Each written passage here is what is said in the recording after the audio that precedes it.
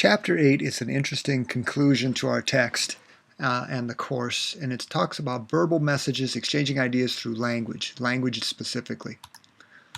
And it goes into a fair amount of detail about functions, meaning of language, culture and language, use, interpretation. What we're really interested in is the last bullet point. Let me just hit a few of these other points here. Without a doubt, language has a social component, adds for cohesion. This is why, in my mind, it is good to have an official language of a country, because without it, you almost invariably fracture the society into subgroups, and that is not a good thing for long-term health of a society, organization, and anything else, or a family even. So within language, there's accents, dialects, slang, and so on. There are things you just never talk about, politics, religion being probably a couple, especially in a business sense. We want to avoid those. It's usually a pretty utilitarian means to an end type of deal. There is, or should be,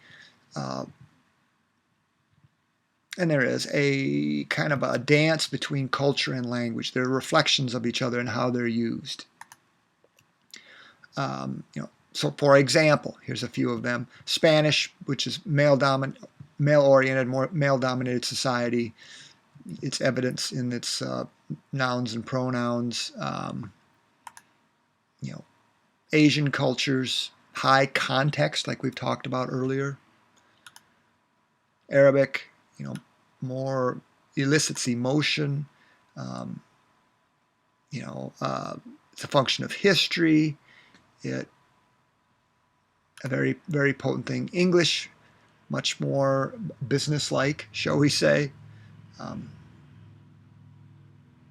It reflects individuality, hence the use of the word I. If we're going to interpret, that's an oral translation. Translating is more written, or has to do with writing.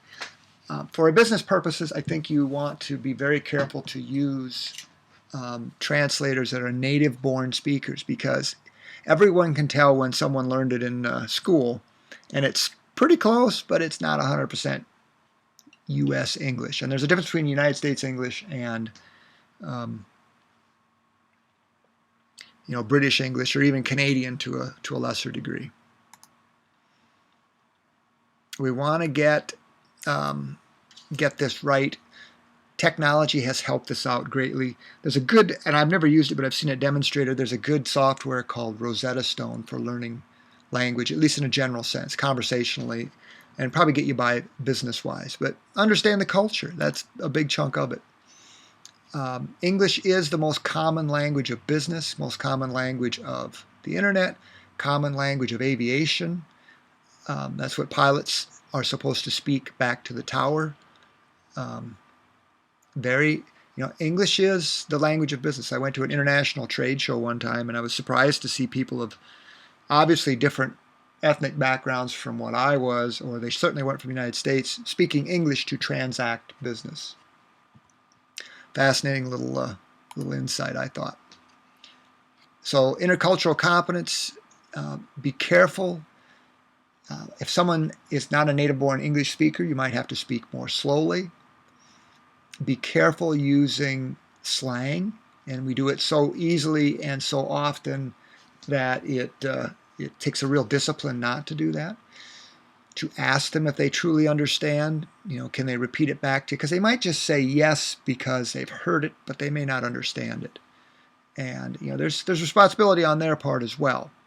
So this is part of communication. This is what makes communication so difficult, is it takes effort on both parts. So carefully read this chapter, and I will talk to you soon.